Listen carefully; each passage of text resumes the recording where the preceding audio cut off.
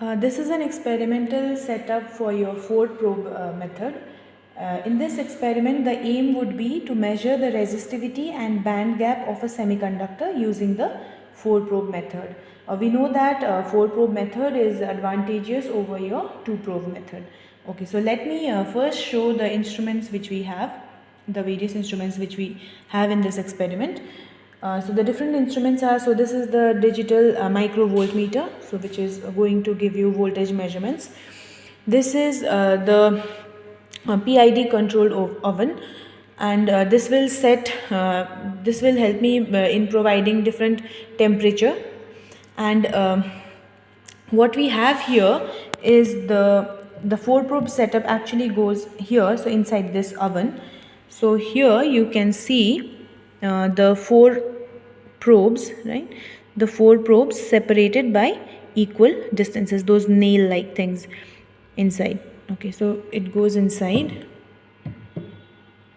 Okay, and then here we have a constant current source, which by using which we will be providing current to our system, right? Let us now switch on our setup. So what we need to do now is we need to check for zero adjustment, meaning for your constant source, when the current is 0, you should be getting the voltage reading to be 0, right? So first what we need to do is we need to make a zero adjustment here. And if you can make a zero adjustment, set this to 0, then well and good. But if it cannot be done, then treat the value here to be as a 0 error. We now increase the current gradually in the constant current source, and note the corresponding voltage readings in your digital microvoltmeter. And so in case like for instance we are able to see that we have some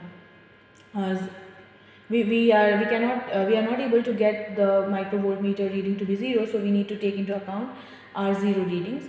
So as the current we increase the current gradually, so we note the voltmeter readings, and then we check for our Ohm's law.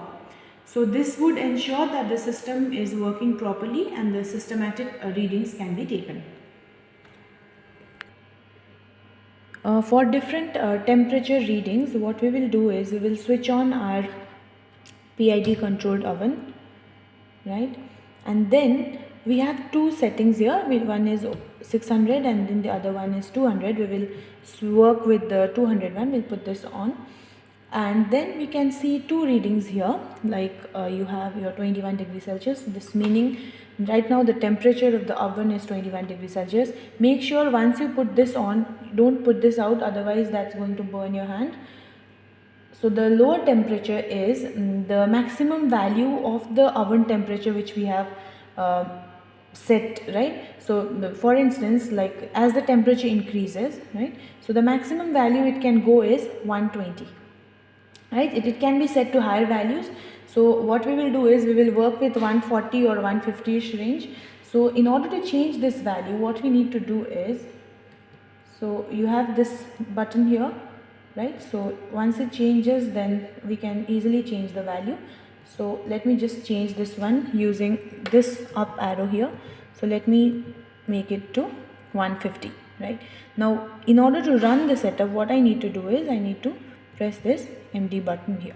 Okay, now it is set to 150, right? So the maximum temperature value I can get is 150 from the setup. Now right now the temperature of the oven is 25 degrees Celsius. Okay, now what I need to do is, for some current value, say 3 milliampere or 4, right, or 2.5 milliampere, particularly set here, so keep it constant, and then let the temperature vary here, right?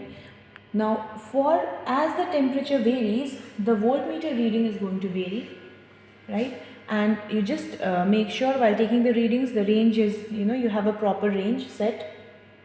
Now once the voltage changes, what we need to do is, for different temperature readings, corresponding voltage value needs to be noted down. So let me show that quickly in the manual.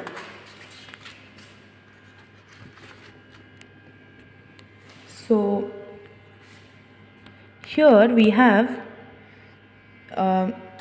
so as you all can see, we have the sample, right? Whatever sample we are taken, these things are provided, the thickness of the sample, probe distance S.